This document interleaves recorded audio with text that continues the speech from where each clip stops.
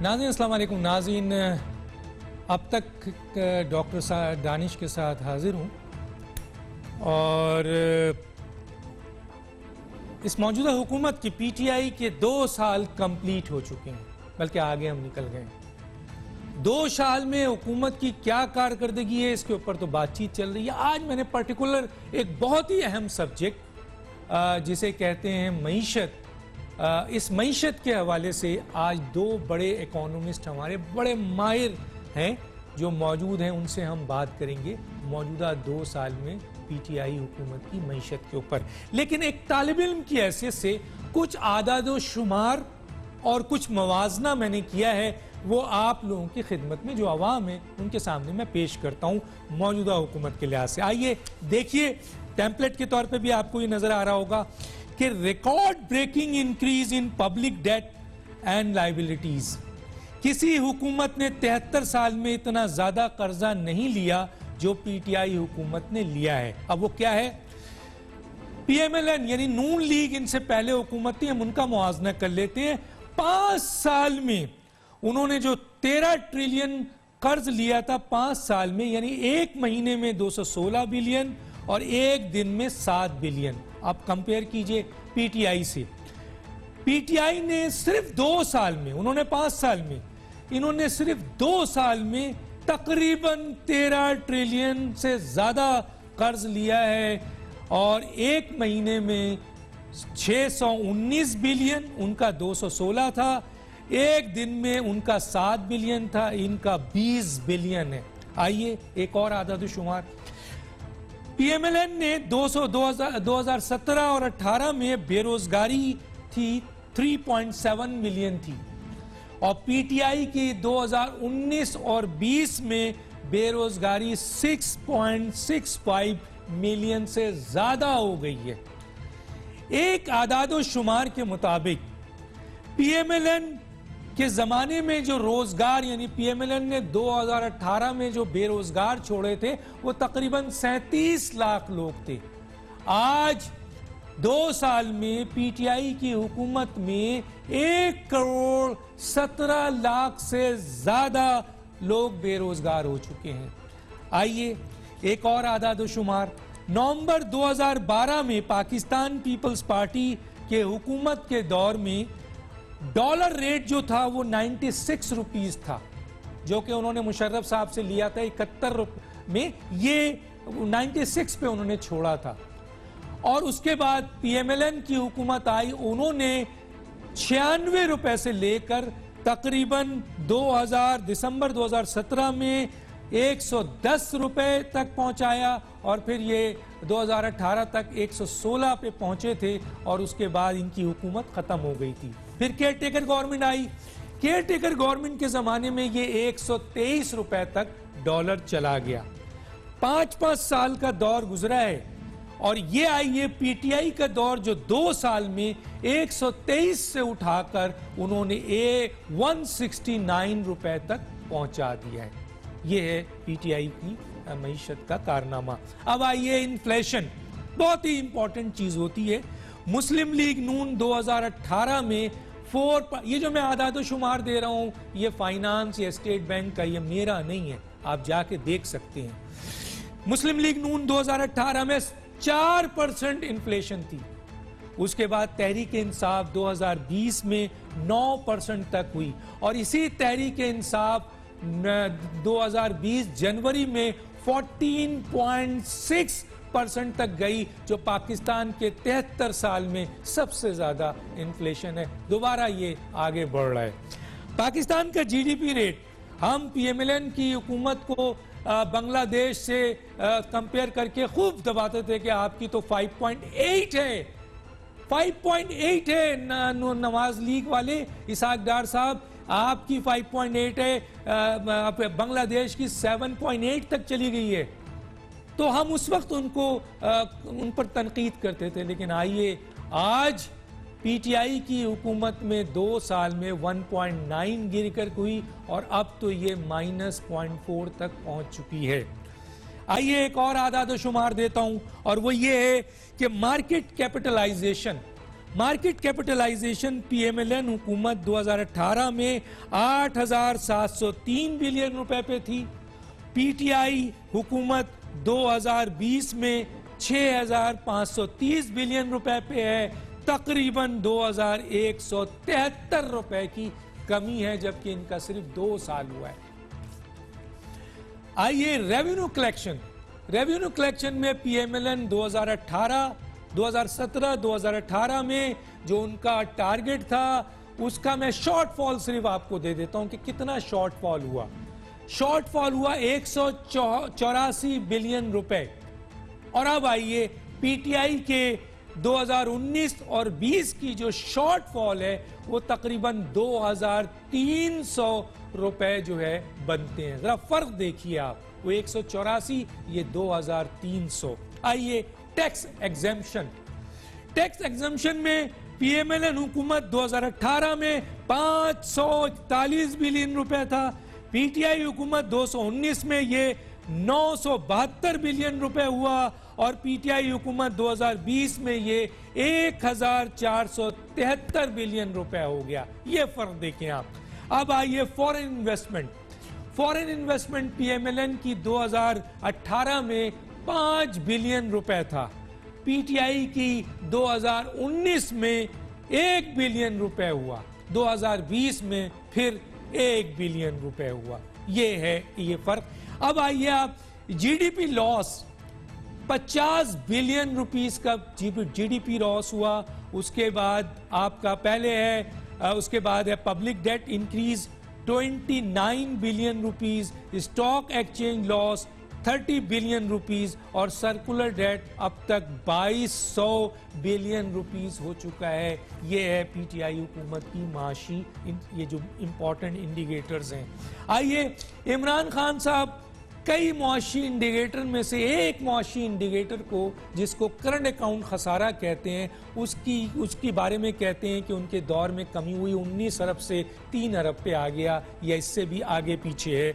तो सवाल यह है कि इसमें पीटीआई गवर्नमेंट का क्या कारनामा है, क्योंकि कहा यह जा रहा है कि ये जो कमी आई है वो ये कमी आई है इसलिए कि इंपोर्ट गिर चुकी है। बिल्कुल कोई प्रोजेक्ट नहीं है, कोई मशीन नहीं है, टोटल इंपोर्ट गिरी है।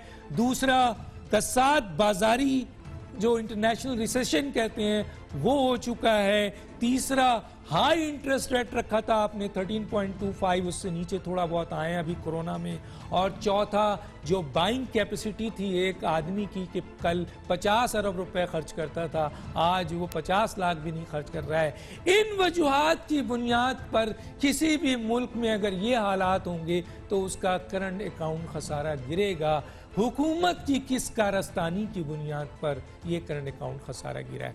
यह है कुछ आदाद शुमार, बहुत है लेकिन मेरे पास टाइम नहीं है। 2 बहुत अहम मेहमान हैं, उनका मैं तारुफ करा देता हूं और उसके बाद एक ब्रेक पे जाऊंगा और फिर उनसे बात करता हूं। मेरे साथ हैं डॉक्टर अशफाक हसन, माहिर मुआशियात, dean NUST, member economic advisory council जो हैं। आपका बहुत शुक्रिया सर, आपने ज्वाइन किया। डॉक्टर शाहिद हसन सिद्दीकी, माहिर मुआशियात, आप भी हमारे साथ हैं, आपका भी बहुत शुक्रिया। एक छोटा सा ब्रेक, वापस आते हैं और अपने सवालात का और मुआशियात का ये जो मुआशी इस वक्त हालात है उसके ऊपर बात करेंगे। छोटा सा ब्रेक।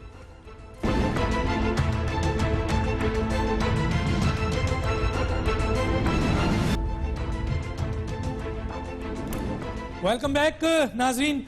डॉक्टर अशफाक हसन साहब, मेरा एक छोटा सा सवाल है लेकिन कूजा है कि 2 साल मुकम्मल हो चुके हैं पीटीआई की हुकूमत को। मुआशी तौर पर पीटीआई की हुकूमत आज कहां खड़ी है, क्या उसके समरात हैं सर, क्या कहेंगे? सबसे पहले तो मैं आपको मुबारकबाद देता हूं कि आप टीवी के स्क्रीन पे दोबारा आप नजर आ रहे हैं और उसी भरपूर अंदाज में आ रहे हैं, तो आपको बहुत बहुत मुबारक हो इसका। जहां तक आपका सवाल है, देखें हमें कोई पार्टी पॉलिटिक्स से हट के हमें बात करनी है। ये हकीकत है कि इशरत हुसैन साहब ने 90 की दहाई को एक लॉस्ट डिकेड करार दिया था। मेरे नजदीक 2008 से 18 का जो डिकेड गुजरा है, this was second lost decade for Pakistan. इस सेकंड लॉस्ट डिकेड में जो 8 से 18 का है, इस डिकेड में हमें कर्जों के बोझ तले डुबो दिया गया। हमने $55 बिलियन का कर्ज इस 2008 से 18 में, यानी इस दिहाई में हमने जो मुल्क पे चढ़ाया 55 अरब का, और 90 के दिहाई में कोई 18 बिलियन। तो आप देख लें कि 55 और प्लस 18 ये तकरीबन 74 बिलियन डॉलर आउट ऑफ 110, ये 2 दिहाई में चढ़े हैं। तो जब ये 2 दिहाई वाले इस मौजूदा हुकूमत को जब बुरा भला कहते हैं, और खासकर माशी मैदान में, तो मुझे अफसोस होता है। इनको कोई इख्तियार नहीं है मौजूदा हुकूमत को क्रिटिसाइज करने का। अपने भी माजी को देखें, और मेरे बहुत सारे आर्टिकल जो दार साहब के ज़माने में लिखते रहे थे, और आपके ही प्रोग्राम में स्पिन डॉक्टर और पता नहीं क्या क्या हमें खिताब मिलता रहा। तो अब मैं ये नहीं कहता हूं कि ये जो हुकूमत है इन्होंने बहुत अच्छा काम किया है। मैं सिर्फ ये कहता हूं कि इस हुकूमत को विरसे में 1 दहाई के गंद बला मिले थे। माशी तौर पे बहुत हम कमजोर हो चुके थे, और हम यहाँ जानबूझकर लाए गए थे to build a case to go back to the IMF again. इस हुकूमत की क्या गलतियां हुई हैं? सबसे बड़ी गलती ये थी कि प्राइम मिनिस्टर जब अपोजिशन में थे तो उन्होंने अपनी तकरीरों में लोगों की एक्सपेक्टेशन को आसमान पे पहुंचा दिया कि हम जब आएंगे तो सब ठीक कर देंगे, विदाउट रियलाइजिंग कि आपकी पार्टी में तैयारी नहीं थी, होमवर्क नहीं किया हुआ था, और जब आ गए तो उसके बाद फिर समझ में नहीं आ रहा था कि करें क्या, और हालात बिगड़ते चले गए, और आखिर में 2019 के अप्रैल में हम IMF पे पहुंच गए, जो मंजिल मकसूद था। पहले वाले जो छोड़कर जा रहे थे उन्होंने भी इसीलिए छोड़ा था कि इनके पास कोई आसरा ना हो कि ये वापस IMF में ना जाएं, तो उन्होंने पहुंचाया। अंदर से भी, इस पार्टी के अंदर में भी लोग थे, मैं नाम नहीं लेना चाहता हूं, लेकिन थे 4 से 5 लोग जिनकी पूरी कोशिश थी कि इस हुकूमत को IMF में लेकर जाया जाए। मैं वाहिद शख्स था, वाहिद, जो मना कर रहा था वजीर आजम को कि अगर आप चले गए तो बहुत नुकसान होगा आपको माशी तौर पे, लेकिन मेरी बात नहीं सुनी गई। अब हम चले गए, तो आप देखें कि हम ये सारी बात मैं पेंडेमिक से पहले की कर रहा हूं। हमारे इकोनॉमिक ग्रोथ स्लो हो रही थी, हमारा इन्वेस्टमेंट गिर रहा था, बेरोजगारी में पहले ही इजाफा हो रहा था, हमारी इंडस्ट्रीज पहले ही नेगेटिव ग्रोथ में चल रही थी, ज़राअत का बुरा हाल पहले ही था पेंडेमिक से, एक्सपोर्ट्स भी हमारा बढ़ नहीं रहा था बल्कि गिर रहा था। तो उसमें फिर पेंडेमिक आ गया, और पेंडेमिक ने चीजों को थोड़ा बिगाड़ दिया मजीद। तो इस वक्त मईशत बहुत खराब हालत में है, और ये सिलसिला है दो सालों का। अभी आप जो थोड़े बहुत एक स्टेबिलिटी देख रहे हैं जो प्राइम मिनिस्टर हमारे बता रहे हैं, ये किस वजह से है मत भूलिए कि IMF का प्रोग्राम सस्पेंड हुआ है। पिछले 6-7 महीनों से IMF का प्रोग्राम सस्पेंड है, जिसकी वजह से ना गैस की कीमतें बढ़ रही है, ना बिजली की कीमत बढ़ रही है, ना इंटरेस्ट रेट बढ़ रहा है, ना आपकी करेंसी डिप्रिशिएट हो रही है। इससे लोगों के अंदर, एक प्राइवेट सेक्टर के अंदर कॉन्फिडेंस आ रहा है, और लोगों का एतमाद बहाल हो रहा है। जिस दिन हम दोबारा गए IMF में, प्रोग्राम को बहाल कर दिया, फिर वो हाराकारी हो जाएगा जो जुलाई 2019 से लेकर और ये पेंडेमिक से पहले तक चलता रहा, कि आप सुबह उठते तो पता चला कि आज एक्सचेंज रेट कहीं से कहीं पहुंच गया, शाम होते होते वो कहीं पहुंचा, हाराकारी मचा हुआ था। आज वो हाराकारी नहीं है, स्टेबिलिटी है। तो ये मेरे बात जो मैं कहता रहा प्राइम मिनिस्टर साहब को, ये उसका सबूत है, एम्पिरिकल एविडेंस है कि आप जब जाएंगे तो हाराकारी होगा मईशत में, IMF में। आज आप नहीं गए, आपने सस्पेंड कर दिया IMF का प्रोग्राम और 7 महीने से सस्पेंडेड है। आप देखें कि लोगों के अंदर कॉन्फिडेंस आ रहा है, ठीक है सर, बहाल हो रहा है, प्राइवेट सेक्टर भी आगे बढ़ने की कोशिश कर रहा है। ठीक है सर, तो ठीक है। बॉटम लाइन ये है कि जिस तरीके से मईशत को चलाया गया IMF के प्रोग्राम के तहत, और खासकर गवर्नर स्टेट बैंक और हमारे एडवाइजर जो प्राइम मिनिस्टर के हैं हफीज शेख, इन दोनों ने मिलके मईशत को तबाह कर दिया। ठीक, तबाह कर दिया। मैं आगे बात करूंगा सर आपसे, आगे बात करूंगा। मैं जरा डॉक्टर शाहिद हसन सिद्दीकी साहब का भी राय ले लूं। डॉक्टर साहब, आप कैसे देखते हैं ये 2 साल जो मौजूदा हुकूमत आई है, ठीक है, कंपैरिजन कर लें कि क्या उनको बहुत बुरी मईशत मिली थी और उन्होंने क्या उसमें कोई इंप्रूवमेंट की या उसको मजीद तबाह कर दिया? जी डॉक्टर शाहिद हसन साहब। देखिए, पहले मैं आपको ये बता दूं कि जो स्टेट बैंक के आदाद-ओ-शुमार हैं, जो मिनिस्ट्री ऑफ फाइनेंस के हैं, उसके मुताबिक फरवरी 2020 जब पाकिस्तान में कोरोना नहीं आया था, उस वक्त देश का माशी आदाद-ओ-शुमार खराब थे उसे जो हिस्से में मिले थे। मैं बात कर रहा हूँ मार्च 2020 से पहले। अभी आपने 5.5% ग्रोथ रेट था। ये इसका 2019 का फाइनेंशियल ईयर खत्म हुआ, ये था 1.9%। ये 1.9% मशरकी पाकिस्तान के आजादी 48 ईयर्स के बाद तीसरी तरीन स्लो तरीन थी। नंबर 1। नंबर 2, अगर आप अफरात ज़र की बात करें तो अभी आपने बताया कि औसत अफरात जो पिछले 3 साल थे 16, 17, 18, उसमें 4% था, औसतन 4.5 हो गया।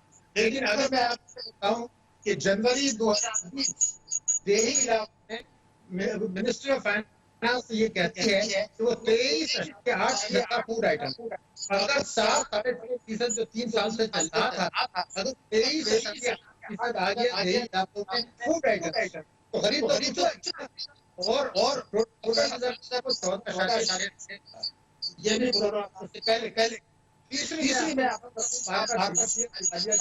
लगा रहे हैं। अगर मैं इमरान खान साहब ने हलफ उठाया था, स्टेट बैंक 10.24 अरब डॉलर से ज्यादा नवंबर 2000 इस हफ्ते को 15 महीने हो गए। भी चल रहा है, तो अगर आपके कर्जे बढ़ गए, IMF में आप चले गए, आपने उठाया था उस दिन के रिजल्ट गिर गए, तो कोरोना तो नहीं था नवंबर में। इसका मतलब क्या है कि एक खेल मचा दिया। ये डॉक्टर बड़ी सही बात कर रहे हैं, उसको थोड़ा सा आगे बढ़ाने की जरूरत है। एक ही अमली के तहत पाकिस्तान की मईशत को खराब किया गया, इन्होंने उसको जारी रखा ताकि न्यू ग्रेड गेम है और मुल्की अशराफिया और बैरूनी अशराफिया में गठजोड़ हुआ है। मैं उसका आपको अभी सबूत पेश कर देता हूँ। देखिए, अभी डॉक्टर शाह की बात करते हैं, करंट अकाउंट डेफिसिट आपने कम किया, ठीक है, मानते हैं ना, वो $20 अरब से $3 अरब पर आ गया। मैं आपसे कहता हूँ कि जून 2018, अप्रैल 2018, जून को मुस्लिम लीग नहीं थी, मार्च में चले गए, 18 में, 2017 में चले। स्टेट बैंक कहता रहा है, इससे अल्फाज मार्च 18 में स्टेट बैंक ये कहता है कि हमारे जो बात हैं डबल डिजिट पर बढ़ रही है, तरसीलात बढ़ रही है, मईशत हमारी ग्रो कर रही है, हमारा अफराद कंट्रोल में है। हाँ, कुछ इम्पोर्ट बढ़ गई है, उस इम्पोर्ट से बढ़ने से करंट अकाउंट डेफिसिट हो गया है। लेकिन हमने जो सभी 1.5 दी है, ये जमीन हमारे के मुताबिक है, जमीनी स्टेट बैंक का रिलीज है के मुताबिक, और ये जो हमने की है इससे ये मसला क्या बैंक को नहीं पता था कि ये तो आपको बहुत कुछ करना था। लेकिन मैं जिस साजिश की बात कर रहा हूँ, अभी देखिए रुपए की कदर तो आपने बताया, मैं एक और आपको फिगर देता हूँ। जून 2008 से 18 उस 10 में रुपए की कदर नहीं है, वो 5.5 $5.5 इनके $2 एक साल में 44। तो अगर स्टेट बैंक में 6 तो ये कहते हैं कि जो है 17 में वो ग्राउंड रियल है, और वो हमने जो डेट है वजह से ठीक हो जाएंगे करंट अकाउंट डेफिसिट। इसका मतलब ये हुआ कि न्यू ग्रेड का था, तो जो पॉलिसी अपनाई वही अपनाई कि करंट अकाउंट डेफिसिट को तेजी से कम करके, जो मुश्किल जो आए हैं सब बिल्कुल सही कह रहे हैं, उन्होंने उनका खेल खेला। लेकिन मुल्क के माफिया का क्या फायदा हुआ, पीटीआई का क्या फायदा हुआ? इन्होंने ये कहा कि हमें अपने मंसूब का गलती करना, हमें आपकी आमदनी का टैक्स नहीं लगाना, हमें अपनी बरामदात नहीं बढ़ानी। बरामदात इनके दौर में गिनी है, 2018 में पीटीआई के मुस्लिम लीग के दौर में बड़ी थी, गिनी है। तो उनका खेल ये था कि ये बता पाकिस्तान डिफॉल्ट अगर डिफॉल्ट था तो सवाल ये है कि 19 जून 2020 को आपके रिजल्ट से कम है, वो तो भी आपको दे रहे थे, आज भी दे रहे थे। तो मेरा कहना है खेल ये बनाया क्या, एक पीरियड गेम जो था स्टेट बैंक ने पार्टिसिपेट किया, हम करंट अकाउंट का हुक्म बना के पूरी मईशत को तबाह कर, जो डॉक्टर साहब कहते हैं जो कर दें। तो खेल क्या था? खेल ये था कि हवा बनाते करंट अकाउंट डेफिसिट को, और उसको ठीक करने के नाम पर आपने ठीक कैसे किया? 17 अरब डॉलर की एक्सपोर्ट कम कर दी, तो 17 अरब डॉलर की एक्सपोर्ट कम की और बरामदात आपने गिरा दी, फॉरेन डायरेक्ट आपने गिरा दिया, महंगाई आपने बढ़ा दी, ग्रोसरी कम कर दी, अमला बढ़ गया, रुपए की तरफ गिर गई, बढ़ गए। अब क्या हुआ? आवाम की तरफ चली गई तो जनाब ये current account deficit, current account deficit. अरे भाई करंट अकाउंट डेफिसिट तो इस साल दुगना होने वाला है, मैं आपको लिख के देता हूँ। ठीक, जो करंट अकाउंट डेफिसिट 2020 का है 21 होने वाला है। आपकी जो बात होती है जिसमें स्टेबिलिटी है, ठीक, स्टेबिलिटी का एक और भी रीजन है। ठीक है, स्टेबिलिटी ये है, आपने कहा कि तामीराती सेक्टर में काला धन ले आओ, काला धन ले आओ। काले धन की एक्टिविटी होती है, स्टॉक एक्सचेंज में भी काला धन चल रहा है, कोई लिफ्ट नहीं करा रहा सर, एतमाद ही नहीं है। ठीक है, ठीक है सर, ठीक है सर, मैं आगे बात करूंगा। एक ब्रेक के लिए कहा जा रहा है मुझे, मैं सर ब्रेक पे चला जाऊं, फिर आता हूं, जुमला यहाँ कहता हुआ जाता हूं, बहुत ही इंपॉर्टेंट है। डॉक्टर अशफाक हसन ने भी इसकी बात की, डॉक्टर शाहिद हसन ने की थी। इस मुल्क का कोई आम आदमी नहीं, इस मुल्क का वो आदमी जो एक हुकूमत के बहुत अहम पोस्ट में बैठा है। मेरे पास वो क्लिप भी है, टाइम नहीं होता वरना वो भी चला के दिखा दूं। लेफ्टिनेंट जनरल लोधी, खालिद नईम लोधी, जो के डिफेंस सेक्रेटरी भी रहे हैं और बहुत अहम पोस्ट पे रहे हैं, उनका ये स्टेटमेंट है, मेरा नहीं, आम आदमी का नहीं। उनका स्टेटमेंट है कि आईएमएफ और वर्ल्ड बैंक पाकिस्तान की मईशत को कभी बेहतर नहीं होने देगी। और आज मौजूदा हुकूमत में चाहे वो स्टेट बैंक हो या चाहे मिनिस्ट्री ऑफ फाइनेंस हो, दोनों उनके एजेंट बैठे हुए हैं। एक छोटा सा ब्रेक पे वापस आते हैं।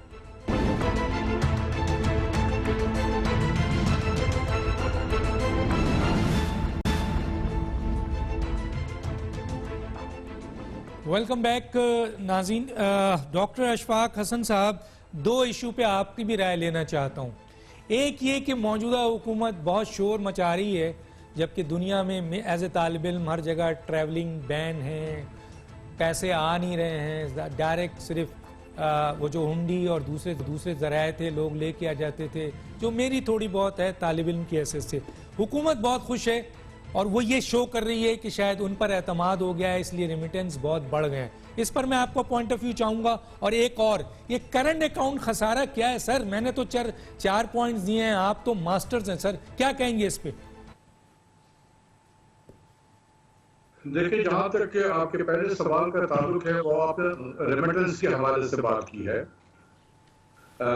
मैं आपको ये बताऊं कि ये दो उनके जो इकोनॉमिक टीम के मेंबर हैं, एक गवर्नर स्टेट बैंक और एक हफीज शेख साहब, इनका सिर्फ एक काम है कि प्राइम मिनिस्टर को मिसगाइड किया जाए। ये जाकर उनको बातें बता देते हैं, और प्राइम मिनिस्टर चूंकि वो इकोनॉमिस्ट है और हम एक्सपेक्ट भी नहीं करते कि उन्हें इकोनॉमी की इतनी अंडरस्टैंडिंग नॉलेज होगी, तो वो फिर उन्हीं के बातों में आकर ट्वीट कर देती हैं। और हमें बड़ी एम्बैरेसमेंट होती है कि ये गलत समझ गया है प्राइम मिनिस्टर को, और वो ट्वीट कर रहे हैं। कल को ये रेमिटेंस गिर जाएगा तो फिर प्राइम मिनिस्टर क्या कहेंगे? तो वज़रा का काम ये होना चाहिए कि अपने प्राइम मिनिस्टर को एम्बैरेस ना करे। ये दोनों एम्बैरेसमेंट पे लगे हुए हैं। अब आप देखें कि अब जैसा कि आपने कहा, पैंडेमिक के बाद दुनिया की मईशत जब बिल्कुल तबाहशुदा हो गई, साथ में तेल की कीमतें गिर गई, तो जहां भी अरब ममालिक जो तेल पैदा करने वाले थे, वो उनके यहाँ बहुत माशी बहरान आ गया, हमसे ज्यादा बहरान आया वहां पर। वहां से उन्होंने लोगों को, जो कारोबार चल रहा था, जो कंस्ट्रक्शन वर्कर वहां काम कर रहे थे, सब फारिग कर दिए गए।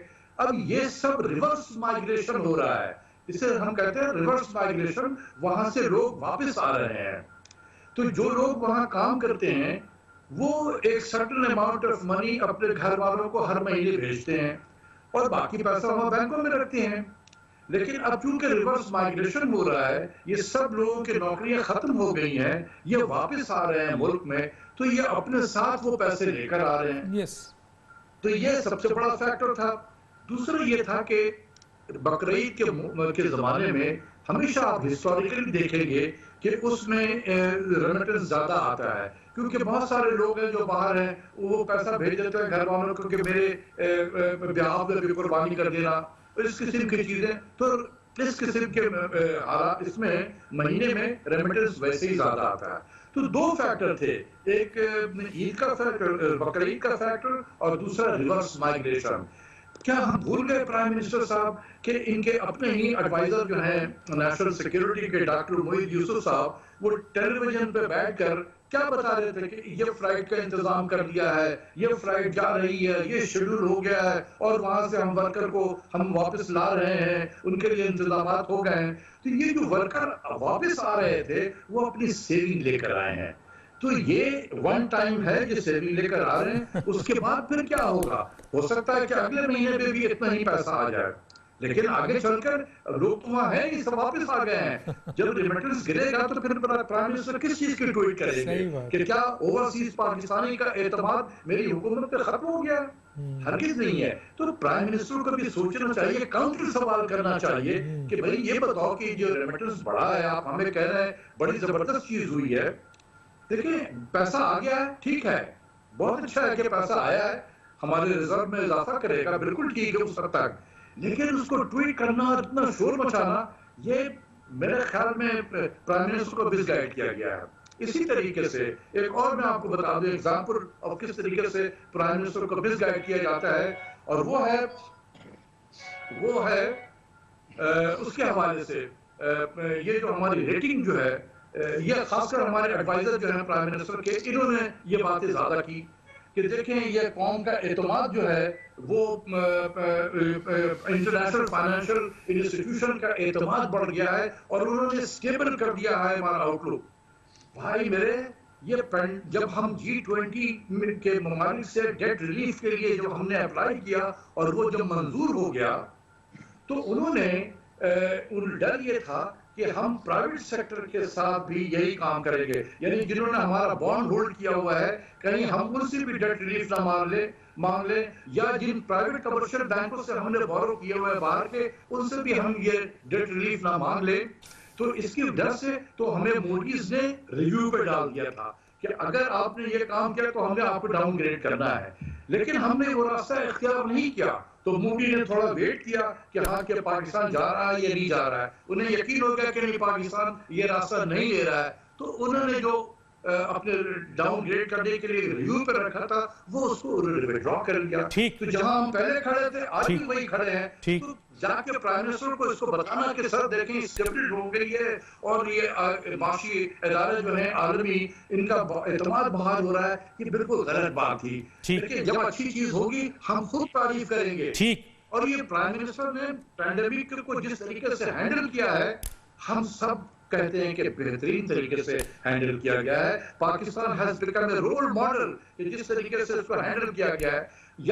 सर ये एक सवाल है, सर एक सवाल है कि वजीर आजम ने तो लॉकडाउन किया ही नहीं और लॉकडाउन हो गया सर हर सूबे में, तो असल में तो कोई और ताकत है जिसके फैसले का इफेक्टिव चीज नजर आ रहा है। मुख्तसर फिर मैं आगे जा रहा हूं सर, आप वजीर आजम को क्रेडिट दे रहे हैं, उन्होंने तो लॉकडाउन का ऐलान ही नहीं किया। एनसीओसी ने बड़ा जबरदस्त काम किया है, ये सारे वही काम कर रहे थे, इसमें आर्मी ने भी बहुत बड़ा रोल प्ले किया है, प्राइम मिनिस्टर भी थे, लेकिन क्रेडिट तो प्राइम मिनिस्टर है जो ये मुल्क का सरबराह है। ठीक है सर, ठीक है, क्रेडिट भी उन्हीं को जाएगा और अगर मुल्क तबाह होगा तो जिम्मेदारी भी उन्हीं पे होगी। डॉक्टर शाहिद हसन साहब, मैं आपकी तरफ आता हूं। डॉक्टर शाहिद हसन साहब, आपकी तरफ आता हूं, दो चीजों पे आपकी राय लेना चाहता हूं सर। एक तो ये है कि मुशीर खजाना कह रहे हैं कि ये मुल्क डिफॉल्ट की पोजीशन पे चला गया था और अब नहीं है। और अक्सर ये सुनने में आता है कि एक्सटर्नल डेट जो था जब मौजूदा हुकूमत ने लिया वो था शायद 92 बिलियन के करीब हो चुका था। ठीक है, उस वक्त कहा जा रहा था कि 92 बिलियन होगा। ये खास तौर पे न्यूयॉर्क टाइम्स में एक वो पूरा आर्टिकल आया था कि अगर पाकिस्तान का एक्सटर्नल डेट 92 तक चला गया तो वो डिफॉल्ट हो सकता है। सर आज तो 118 बिलियन है, 92 से लेके इन्होंने 118 बिलियन एक्सटर्नल डेट पे पहुंचा दिया है। तो ज्यादा डिफॉल्ट का खतरा कल था या आज था? एक चीज और सर, आम मसाइल के सिलसिले में जो बेरोजगारी है और जो ये महंगाई है, इस पे आपका कमेंट चाहूंगा सर, क्या कहते हैं? देखिए, पहली बात ये थी कि पाकिस्तान डिफॉल्ट का खतरा कतई नहीं था। उसकी वजह बता दूं, अगर आपके दोस्त ममालिक आपको कर्जा देने के लिए तैयार हैं, अगर चीन आपको उसको पैसा देने के लिए तैयार था, उसने दिया, और यूएई भी तैयार था, सऊदी अरब भी तैयार था, कर्जे आपको दे रहे थे, तो ये कहना ज्यादती है पाकिस्तान के साथ। नंबर एक, मेरा सवाल ये कि अगर खुदा ना खास्ता इनकी बात मान ली जाए, क्योंकि इनका तो कोई पाकिस्तान में स्टेक नहीं है, कल को ये चले जाएंगे। मैं एक सवाल पूछना चाहता, अगर जब हुकूमत गई थी PMLN की, उसके कोई 15 महीने के बाद आप IMF के पास गए हैं, ये हुकूमत आई अगस्त में, आप IMF के पास गए मार्च अप्रैल में। अगर खुदा न खास्ता डिफॉल्ट था तो आपको तो 15 दिन पहले ही चले जाना चाहिए था। तो इस वक्त तो भी आपने सर्वाइव किया, तो डिफॉल्ट तो फिर आप फौरन भागते हैं। तो आप ये मान लें कि पाकिस्तान का भी डिफॉल्ट के खतरे से दो चार नहीं था। मेरा सवाल ये, अगर ऐसी इनकी बात इनका खुद मान लिया जाए, तो जब 19 जून 2020 को हमारे रिजर्व उससे गिर गए थे, जिस दिन इमरान खान साहब ने अलर्ट उठाया था, तो और $15 अरब के बैरूनी कर्जे बढ़ गए थे, तो उनके फार्मूले के मुताबिक तो उस वक्त होना चाहिए था। मगर मैं कहता हूँ पाकिस्तान कभी भी डिफॉल्ट नहीं कर रहा था। ये इन्होंने खेल अपनाया था, एक सोची समझी स्कीम थी। न्यू ग्रेड जो अमेरिका का था, IMF का था, FATF का था और स्टेट बैंक का था। मैं आपको कह रहा हूँ कि जिस मेरे जुमला गौर से सुन लें, जिस वक्त कह रहे थे कि डिफॉल्ट डिफॉल्ट डिफॉल्ट, तो उस वक्त तो स्टेट बैंक तारीफ कर रहा था। आप उनके प्रेस रिलीज निकाल लें, उन्होंने कहा कि डबल डिजिट ग्रोथ हो रही है एक्सपोर्ट में, रेमिटेंसेस बढ़ रही है, ग्रोथ बढ़ रहा है। उन्होंने तो कोई खतरे की बात नहीं की थी, मुश्किलात थी, जरूर थी।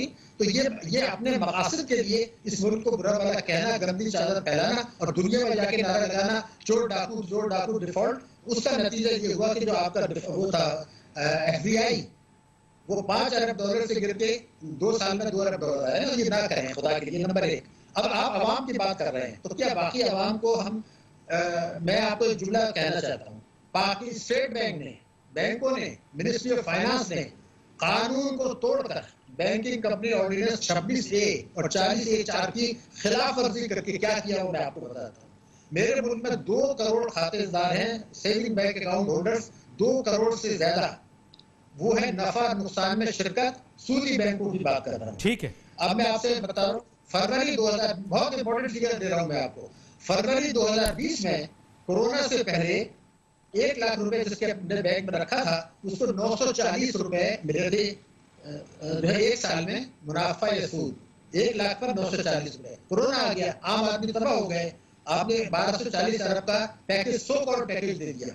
मगर जो ये नफा नुकसान में शिरकत के खातेदार थे, उनको 1 लाख में 940 रुपए से कम करके आपने 460 रुपए कर दिया। ठीक, तो ये तो आपने आधा किया, ये तो कानून तोड़ा है आपने, स्टेट बैंक ने, मिनिस्ट्री ऑफ फाइनेंस ने, बैंकों ने।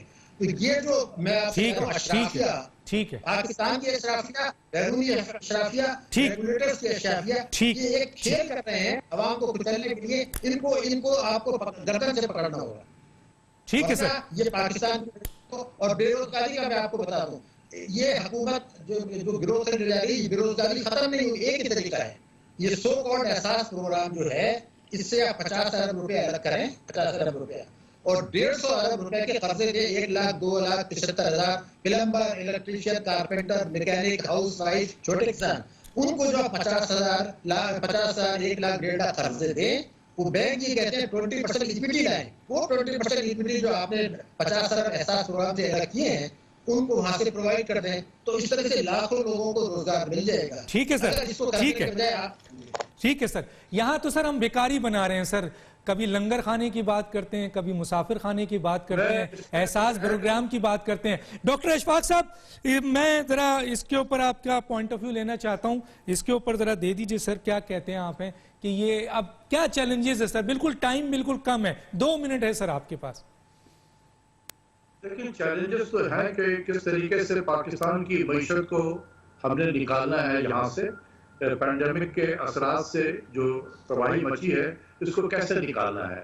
मैं ये जरूर कहूंगा कि प्राइम मिनिस्टर ने पोस्ट पैंडेमिक जब शुरू हुआ था ये, तो इनिशियली इन्होंने जो पैकेज दिए जिस तरीके से, ये कुछ इनिशियली इन्होंने इसको सहारा देने की कोशिश की मईशत को, इसमें कोई शक नहीं है, बड़े अच्छे तरीके से हैंडल किया। देखिए, हम किसी पार्टी पॉलिटिक्स के हिस्सा नहीं है, जो आप अच्छा करेंगे हम बिल्कुल इसी तरीके से टेलीविजन पे कहेंगे। उन्होंने बहुत अच्छे तरीके से हैंडल किया। ये जो कंस्ट्रक्शन से रिलेटेड पैकेज दिए गए हैं, आप यकीन करें कि ये कंस्ट्रक्शन के जो आबाद वाले थे, बिल्डर एसोसिएशन वाले, इनकी एक्सपेक्टेशन से ज्यादा बेहतर था, ये हो गया। तो ये अच्छे इकदाम हुए हैं, आगे चल के इससे फायदा हो सकता है। मेरी सिर्फ ये है आगे चल के कि अगर दोबारा आपने IMF के प्रोग्राम को रीस्टार्ट किया तो फिर यह हाराकारी मच जाएगा, फिर आपने बिजली की कीमत बढ़ानी है, फिर आपने गैस की कीमतें बढ़ानी है, इंटरेस्ट रेट को बढ़ाना है, ये एक्सचेंज रेट को भी आप नीचे की तरफ लेके जाना है। ठीक है, ये हाराकारी से बचे। ठीक है सर, ठीक है, ठीक है। दूसरी चीज है कि हमें डॉलर बचाना है, और डॉलर बचाने के लिए aggressive, selective but aggressive import compression policy आज से शुरू कर दें, वरना फिर हमारा बैरूनी अकाउंट का खसारा बढ़ता जाएगा। जिस तरीके से हम देख रहे हैं, लोग गाड़ियों के भी सर, एक चीज का और सजेशन में इजाफा कर दें, मैं आपके जरिए कर देता हूं कि इस वक्त जो आपने लोगों को फाइनेंस के हवाले से बाहर से इंपोर्ट किया हुआ है और यहाँ जो बैठाए हुए लोगों को, जो उनके एजेंट हैं, उनको फारिग करें तो सब कुछ मसला हल होगा। मैं शाहिद साहब आपके पास आता हूं, 2 मिनट आपके पास भी है, 1.5-2 मिनट। सर, मैं सिर्फ इतना पूछना चाहता हूं, ये जो UAE और सऊदिया ने जो रिजर्व दिया था फिर चाइना से लेके वापस किया है, अगर ये वाकई चला जाता है तो मईशत पे क्या इफेक्ट पड़ेगा? क्या हुआ है सर? सिर्फ 1.5 मिनट है सर आपके पास, शाहिद साहब। देखिए, पैसा आपको मिलता रहेगा जब तक कि आपका चल रहा है, CPEC चल रहा है। चाइना आपको डूबने नहीं देगा। उसकी वजह ये कि उनका भी स्टेक है और उनको हर कीमत पर यह कामयाब बनाना है। अब जो चीज मैं आपको बता रहा हूँ, 5 साल जो इस हुकूमत के हैं, मैं रिकॉर्ड पे बता रहा हूँ, उसमें औसत शरह-ए-नमू उससे कम रहेगी जो उनको विरसे में मिली थी। इन 5 साल का औसत महंगाई उससे ज्यादा रहेगी जो इनसे विरसे में मिली थी। ये IMF का प्रोग्राम दोबारा करेंगे और ये आखिरी प्रोग्राम नहीं होगा। ये मैं आपको रिकॉर्ड में, ये आखिरी प्रोग्राम नहीं है और ये फिर IMF के पास जाएंगे और उसके बाद फिर मिनी बजट लाएंगे। इस एक और मिनी बजट लाने की तैयारी हो रही है। अवाम को कुचला जा रहा है, मईशत को सुस्त किया जा रहा है, कर्जे लिए जा रहे हैं, निस्कारी की बातें कर रहे हैं। ठीक है सर, ठीक है, टाइम बिल्कुल खत्म हो गया। किसी स्टेज पे बात करेंगे। एक ब्रेकिंग जो डॉक्टर अशफाक और आपने दी है वो ये है कि 7 मई से IMF का प्रोग्राम सस्पेंडेड है, 7 महीने से। ये न्यूज़ मेरी नहीं है, डॉक्टर अशफाक ने दी है, डॉक्टर शाहिद ने भी उसकी की कि अगर ये दोबारा जाते हैं। मेरा ख्याल है बहुत इंपॉर्टेंट न्यूज़ है। डॉक्टर दानिश को इजाज़त दीजिए, अल्लाह हाफिज़।